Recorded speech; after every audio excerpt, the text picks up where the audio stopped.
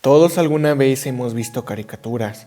Algunos de los espectadores como yo, que rondan alrededor de los 20 años, entenderán lo bueno que eran las caricaturas en el año de los 90, donde escasamente la gente tenía acceso al internet como lo tenemos al día de hoy.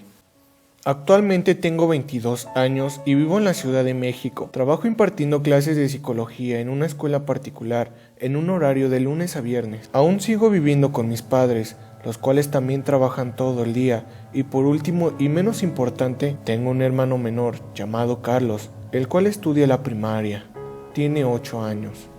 Últimamente al llegar a mi casa veo a Carlos viendo la TV. No es algo de preocuparse, ya que la mayoría de niños se quedan viendo TV todo el día o con el teléfono celular, aunque lo más notable de Carlos es lo insoportable que se ha vuelto al estar viendo la televisión. No deja que alguien que no sea él cambie de canal, ni mucho menos que se acerquen junto a él. De un tiempo para acá, al llegar a casa por la noche, Carlos no hace más que mirar esa maldita televisión, sino hasta que acabe de ver un programa para infantiles llamado Peppa Pig. Oye Carlos, ¿qué estás viendo? Peppa Pig, respondió de una forma muy cortante. ¿Y qué no estás grandecito para ver este tipo de cosas? De repente Carlos me miró sorprendido y con una mirada que nunca me había visto antes, noté cierto grado de maldad, el cual describía desagrado y rechazo por lo que había preguntado antes. A la mañana siguiente me levanté para ir a trabajar, no antes de hablar con mi madre sobre el extraño comportamiento de mi hermano y la excesiva manera de ver la televisión durante todo el día. Ella solamente me miró y con una sonrisa me dijo que era una de esas etapas de la niñez donde lo único que importa es entretenerse viendo la televisión y que no me preocupara. Siendo sincero, no me convenció de lo que me había dicho. Claramente ella no notaba la forma rara de su comportamiento, gracias a que ni ella ni mi padre pasaban tiempo de calidad con él. Así que yo también me fui al trabajo. No podía dejar de pensar en por qué me miró con odio. Él no era así. Entonces decidí estudiar su comportamiento y así averiguar lo que le estaba pasando. Al llegar a casa inmediatamente comencé a trabajar con él. Carlos, como de costumbre, estaba viendo la televisión. Es aquí cuando decidí cortar la luz eléctrica. Con excusa de que había ocurrido un cortocircuito, ya no habría forma de que Carlos mirara más la televisión. Inicié la plática con un ligero chiste de que el programa que veía, Peppa Pig, era para un público evidentemente menor y para el género femenino.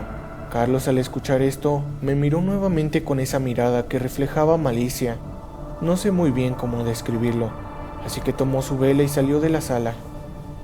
Luego de esto no sabía qué pensar. Era obvio que algo estaba pasando y en la forma en cómo me miraba no era para nada bueno. De repente se empezaron a escuchar ruidos extraños en la planta de arriba, exactamente por mi habitación, pasos rápidos de que algo o alguien corría en el pasillo.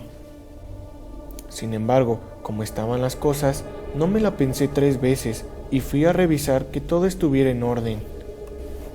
Tanta era mi sorpresa al descubrir que no había nadie ahí. Esos ruidos y pasos habían cesado. Entonces fui corriendo al cuarto de mi hermanito para ver qué sucedía. Carlos estaba ahí. Su vela estaba totalmente apagada. No había rastro de que él fuera el que estaba provocando esos sonidos. Chequé la hora y me sorprendí al ver que ya había transcurrido 30 minutos después de que Carlos saliera de su cuarto, pues había creído que solo pasaron 5 minutos. De pronto, las luces de la casa se encendieron solas, solo para descubrir que Carlos, mi hermanito menor, no estaba mentalmente sano, pues casi toda la habitación tenía figuras y muñecas de esa tal Peppa Pig. A la mañana siguiente traté de hablar con él. Su afición por Peppa Pig había rebasado los límites de la normalidad, no tan solo por el hecho de que tuviera cubierto su cuarto de Peppa, sino que además a la escuela iba muy afeminado para ser un niño. Tanto era la situación que los profesores al notar eso mandaban a citar a mis padres. Su mal comportamiento dentro de la institución no era la adecuada y casi le cuesta el ciclo escolar, pues ya no lo soportaban dentro del salón de clases. Un día, mientras estaba descansando en el trabajo, me aventuré a investigar más acerca de esta amigable, entre comillas, caricatura. Mientras más buscaba del tema, más me encontraba con casos similares al mío. Parecía que cada vez que le daba clic en siguiente al buscador, más casos extraños se relacionaban. Por ejemplo, unos padres desesperados por ayuda, porque al parecer su hijo se había vuelto cada vez más rebelde, capítulo tras capítulo de esta amigable caricatura. Contradecía en todo al padre, y ya no quería comer más vegetales. Lo único que quería hacer era revolcarse en el lodo, tal como sale en la caricatura de Peppa Pig.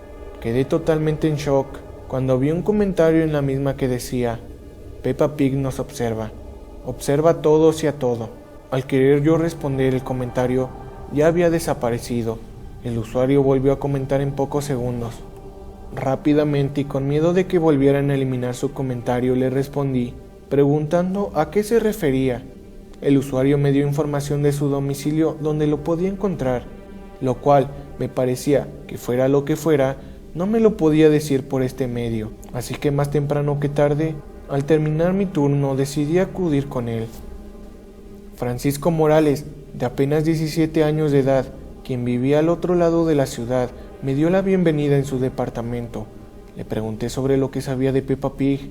Él me dijo que él se lo estaba esperando, pues él escribe críticas acerca de caricaturas actuales por medio de internet. Me dijo que todo iba bien en el primer capítulo, un show donde el desarrollo de la historia ocurre alrededor de Peppa y su familia.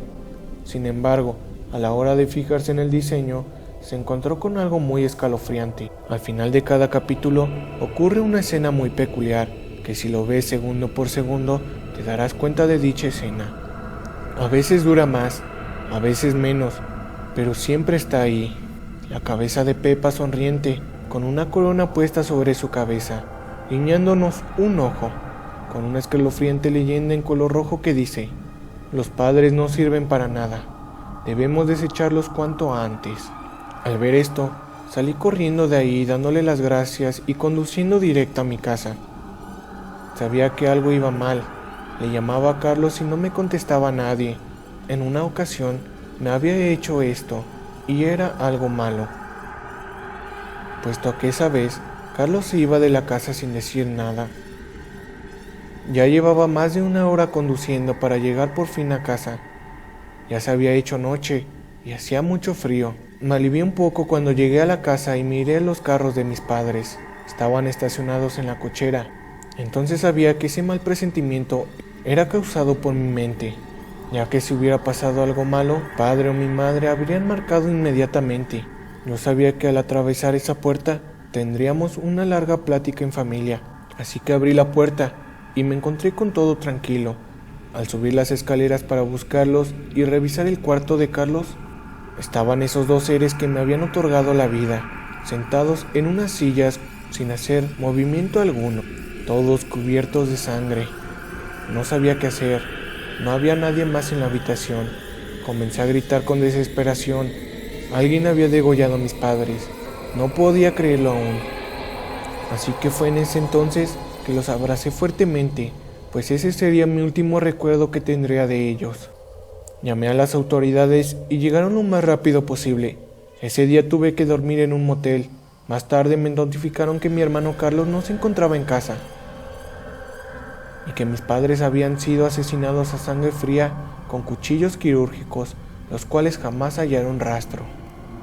En las próximas 3 semanas, mi vida ya no tenía sentido.